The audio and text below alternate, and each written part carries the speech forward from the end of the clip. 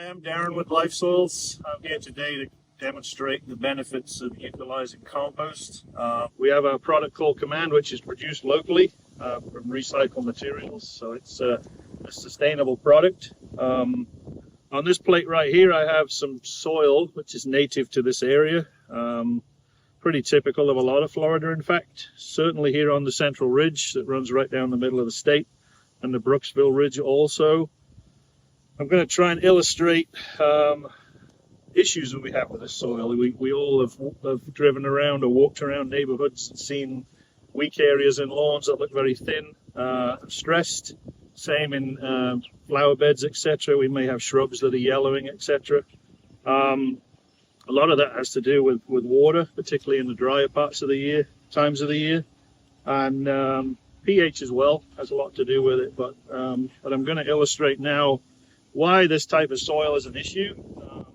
It's very fine, as you can see. It's very dense, so it's almost akin to pouring water over a duck. Basically, it doesn't want to take any water. So if I pour this on, you'll see it kind of bead. It runs off. So basically, if we get a heavy downpour of rainfall or even irrigation, what will happen is it may soak into the turf or into the mulch, but once it gets to the soil, it kind of wants to go laterally instead of moving downwards into the root profile, into the root zone. It will move sideways, which is obviously an issue. Okay. So on the second plate, we have the same soil which we've amended with the Command compost.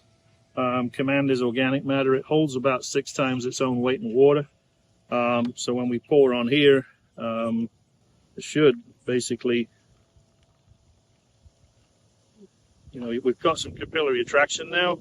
So this material is kind of sucking that water in. And the benefit of this is that between irrigation events or rainfall events, that water that it soaks up is going to become really, really slow release. So it's gradually going to be released over a period of days or weeks. So we can basically keep a reservoir of water for the plants or the turf that are growing in or on top of this material. So, and in this experiment, we're going to illustrate how we can amend native soil, which is what is in this container here. We've set up a pour through here. So we're going to pour a measured amount, 4 cups of water into this container, and we'll see how much drains through. This container, we've amended the soil. There's 4 parts native soil, 1 part Command compost in here, which is high organic matter, very absorbent, can hold 6 times its weight in water. So in this experiment, we hope to see that less water comes through to the container underneath. But eventually we'll see how much this pot's able to hold, and this one as a comparison. So here we go. Hopefully this don't sit on top. It is.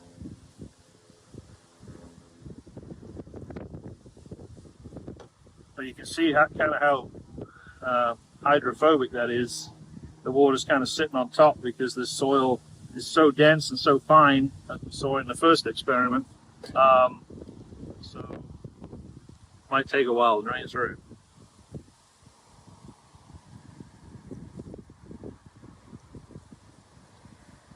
Again, same amount of water in this one.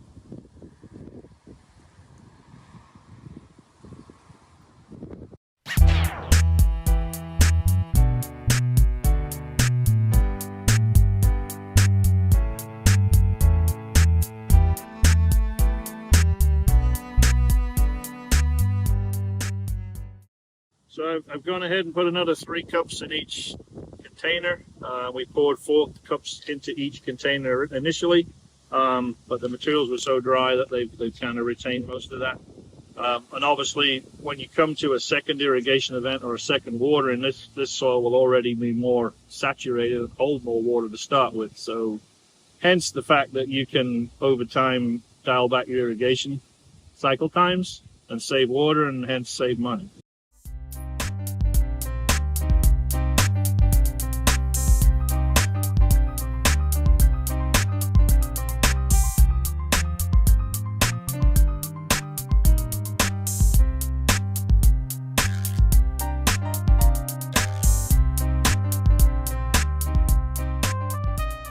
We've got 2.5 inches of water that's come through from 7 cups of water poured into this container. And on this side, we have 1 3/4. 1 3/4 inches. So still dripping a little bit on this side, but we can already tell that the percolation rate here is much quicker than here. So there's more time here for the water's going through the root zone slower. There's more time for attenuation and time for the roots to take it up, and also for the command product to soak it up. And you can also do the determination there on how much you could potentially reduce your irrigation based on this. You know, the next cycle you irrigate, maybe a 30-40% reduction based on how much water came through. So again, water savings, water conservation, which obviously is a big benefit.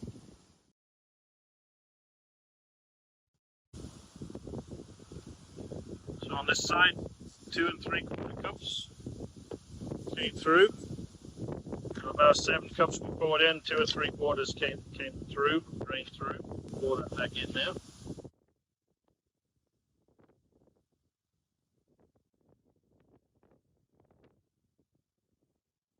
And on this side,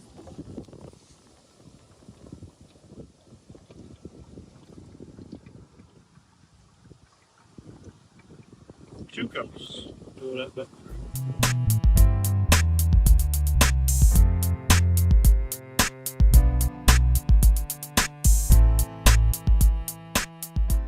Forms of help and establishment of new plants. With this compost embedded in the soil and it obviously keeping the water in that area, the root zone longer, it also allows that initial root ball that was brought in the container to rehydrate better than as fast as it's perking through in the sand, correct? Certainly, yes. It's just, it's kind of ensuring that the investment you're making in landscapes and your plants and your turf is, it's kind of an insurance policy, because if you can hold more water in the soil, you can obviously ensure less stress. So between irrigation events or rain events, you're going to hold a lot more water in that root zone, which is obviously very beneficial to the plants. The other benefits from the command product is it helps to buffer pH. So if your soil's alkaline, it will drive it down, and if it's acidic, it can drive the pH up. So that's another benefit. There are slow release, very, very slow release nutrients in the command as well.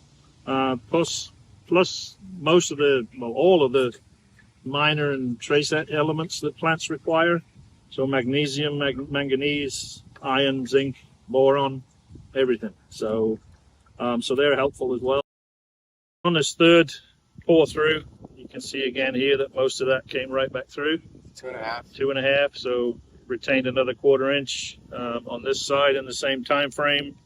We have Less than an inch. Less than an inch, so 7/8 of an inch. So you can see that the water now is moving through this root zone or this soil profile extremely slowly, much slower. It's enough. We've got 3/4 of an inch in about 5 minutes, so you can extrapolate that to what your inches per hour is. So we're not in any concern about too much water staying in the root zone. It's still draining pretty quickly. Sometimes we get rains 1 inch or 2 an hour. It's still perked through, but we're going to retain enough to keep that soil functioning. It's also important, the moisture for good soil biology too.